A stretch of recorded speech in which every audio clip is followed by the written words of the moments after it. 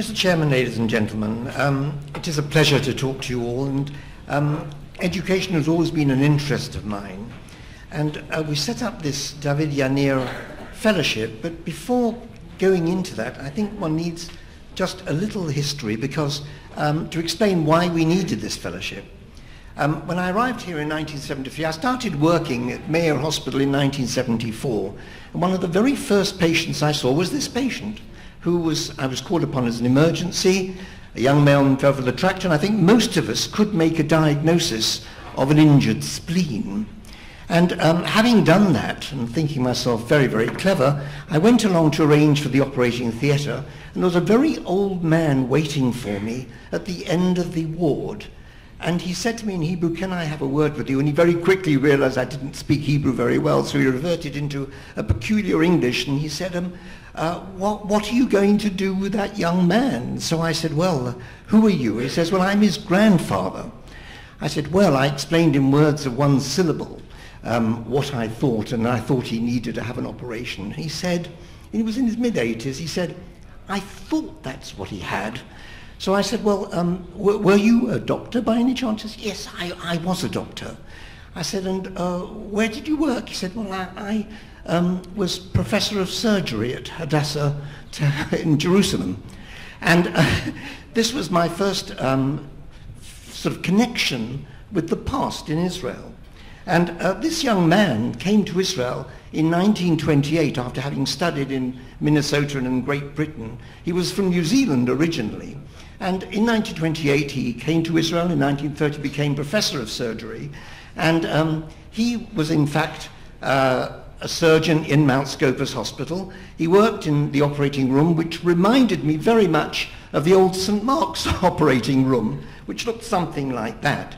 And in 1948, he was on the last ambulance that went on to this tragic attack, relieving the doctors on Mount Scopus. And on the last ambulance, they actually fired, and many people were killed, many doctors and the head of the hospital and nurses and personnel. And he said to the driver, "I think you'd better go on fast."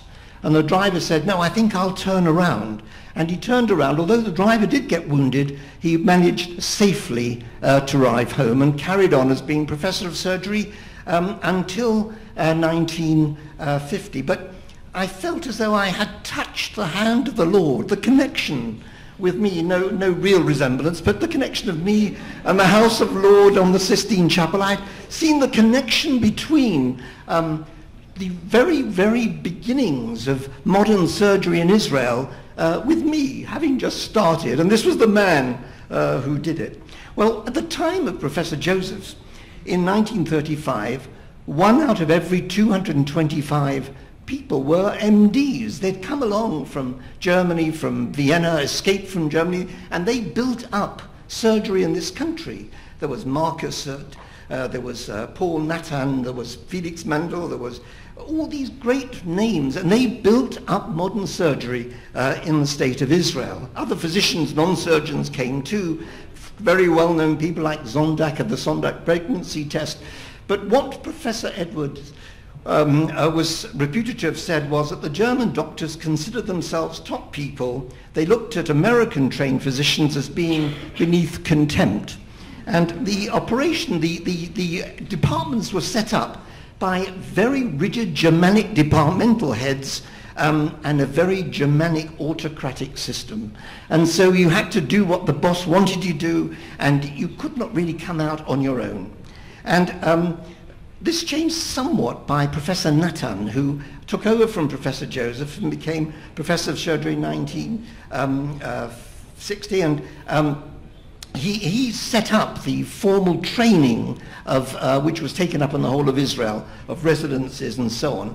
And Professor Nathan's place, he handed the baton to Professor Durst, who is sitting in our midst today, who is also retired and has passed the baton on. He's still working, incidentally. When I started on this ward in Mayo Hospital, this is just an example of my colleagues that I was working with at Mayo Hospital at that time. Came from everywhere, from all over the world. Each one, incidentally, thought that their method of training was the best.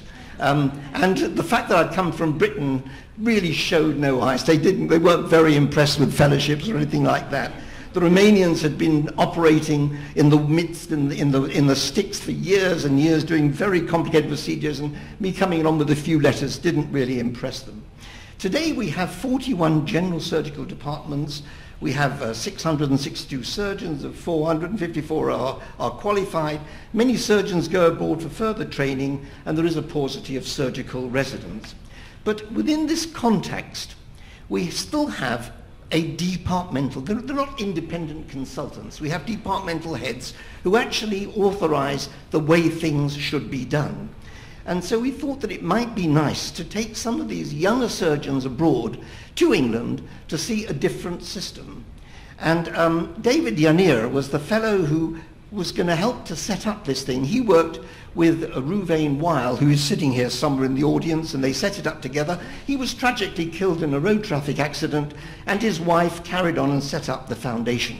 So we now had a foundation. We needed money, and we then turned to several other charitable foundations to try and make money. One of the main ones was the Israel, Britain and Commonwealth Association, and they had a John Furman fund. John Furman had come to live here in 1948. He'd escaped from enemy lines in Germany 5 times. He'd parachuted into foreign places. He'd got the military cross and medals and all sorts of things. Very, very English gentleman. He was chairman of the Israel Cancer Association and chairman of the Israel, Britain and Commonwealth Association. And in his memory, we set up this foundation. And so we sort of had the possibility of getting some money. And the idea was we want to introduce Israeli surgeons to the United Kingdom colorectal surgery. We mainly wanted early and middle grade surgeons, or some more senior surgeons did take part. So far since 2009, we've been able to send 50 surgeons to England, and the emphasis was on rectal cancer, particularly TME, and so where do we go? Obviously to Bill Heald. This is the group who came back in March. Again, a happy group of surgeons, and we spent a lovely week in Israel. The program consisted of 1 week in the United Kingdom. Monday and Tuesday was sent in central London hospitals. We then had an academic meeting on Monday evening with the Jewish Medical Society of the United Kingdom. They then went off to Basingstoke for the Basingstoke course, in this case the M25 course, although initially it was the TME course, and then they have a day off in London following the course.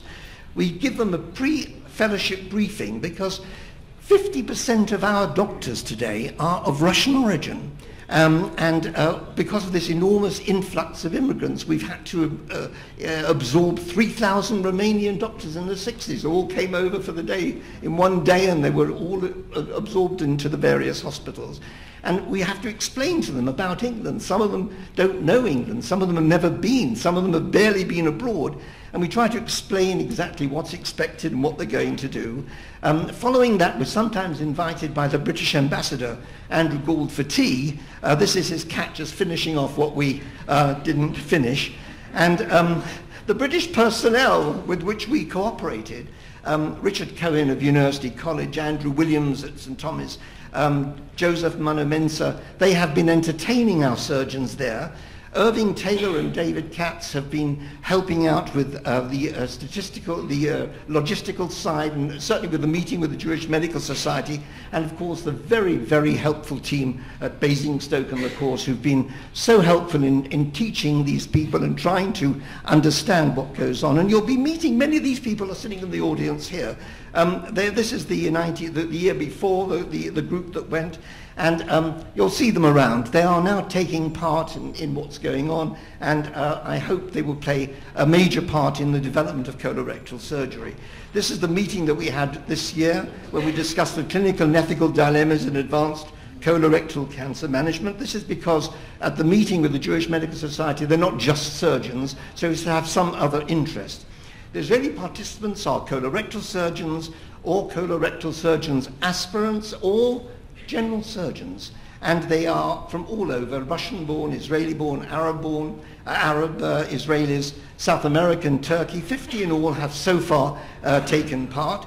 The hospitals that have from whom they have applied are practically all the hospitals in the country, except for one, I might say, and that, well, two. One of them is Hadassah. They've never wanted to send someone, or they haven't sent anyone, and Eilat Hospital, which is a very small peripheral hospital. What is the future? Well, we want to continue to encourage interest in colorectal surgery. We want these people to take part in the life of colorectal surgery in this country. We try to promote the highest possible standards, to strive for acceptance as colorectal surgery as a separate speciality, and to teach general surgeons when to refer. And if we can do all that, then we'll be very happy. And so, from a country of immigrants, we are sometimes very happy immigrants from all over the place, and thank you for allowing me to present this presentation.